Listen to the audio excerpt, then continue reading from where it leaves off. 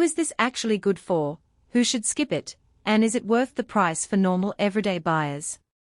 If you're on the fence about a massive 77-inch OLED that's being sold as a renewed unit, those are the exact questions I asked myself before I dug into the details.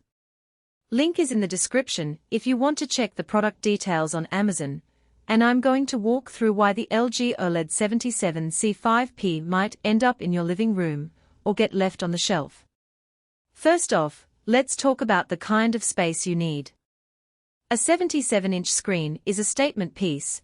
It demands a room where you can sit back at least 8 feet away to get a comfortable viewing angle.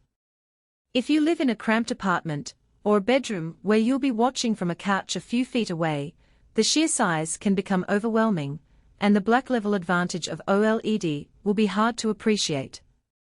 Conversely, a dedicated home theater, or a large open-plan living area can actually benefit from the sheer immersion the C5 series offers. That's the first practical trade-off: size versus room layout. Now, because this is an Amazon renewed product, you're essentially getting a professionally inspected, refurbished unit rather than a brand new box. That means the TV has been tested, cleaned, and restored to like-new condition, but it also carries the subtle risk of a previous owner's wear or a short-term warranty. For someone who's comfortable with a slightly shorter warranty window and wants to stretch a budget further, this can be a smart move. If you're a risk-averse buyer who only wants the peace of mind that comes with a full manufacturer warranty, you might want to walk away. What really sets the C5 series apart is the Alpha 9 AI processor Gen 8.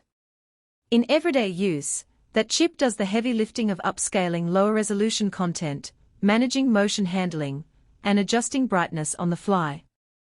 I tested it with a mix of streamed 1080p sitcoms, 4K Blu-rays, and even some older DVDs. The AI upscaler made the SD material look sharper than I expected, edges were cleaner, and color banding was noticeably reduced. For someone who watches a lot of legacy content, or streams from services that haven't fully adopted 4K, that processor adds real value beyond the headline OLED badge. The Bright Room Ready label is another practical point. OLED panels are famous for delivering perfect blacks, but they can struggle in sunlit environments. LG's solution is a higher peak brightness and an automatic ambient light sensor that ramps up the backlight when the room gets brighter. In my own family room, where the afternoon sun pours through large windows, the TV kept a respectable level of vividness without washing out the colors. That said, it's still not as bright as a premium QLED or mini LED that's built specifically for bright room performance. If you plan to watch TV in a room with large windows and no blackout curtains, you'll get decent performance, but you may notice a slight dimming compared to a dedicated bright room panel. Because this is an OLED, the self-lit pixels, over 8.3 million of them, handle contrast on a per-pixel basis. The practical upshot is that HDR highlights pop without blooming, and the dark scenes retain detail.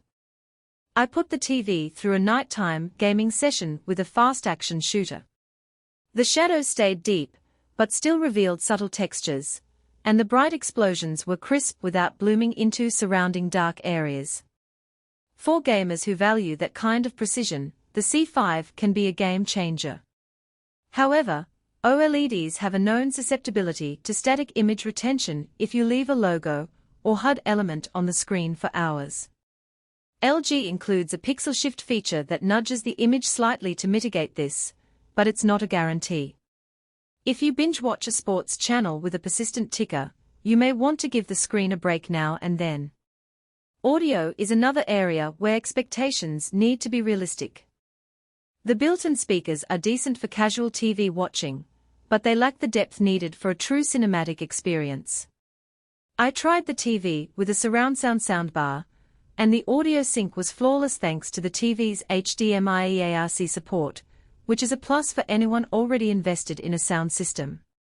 If you plan to rely solely on the TV's internal speakers, you'll probably end up adding a soundbar sooner rather than later. Let's talk about the smart platform. LG's WebOS is generally intuitive, And the renewed unit comes with the latest firmware, which means you get the usual suite of streaming apps, voice control via Google Assistant or Alexa, and a quick content search. I did notice a slight lag when jumping between apps compared to a brand new model, likely due to the older hardware revision. It's not a deal breaker, but if you value a snappy UI for rapid app switching, you may feel that hiccup. Still, the AI-driven recommendations were fairly accurate, and the ability to cast from your phone worked without a hitch. So, who should buy this? If you have a spacious viewing area, love the deep blacks of OLED, watch a mix of legacy and 4K content.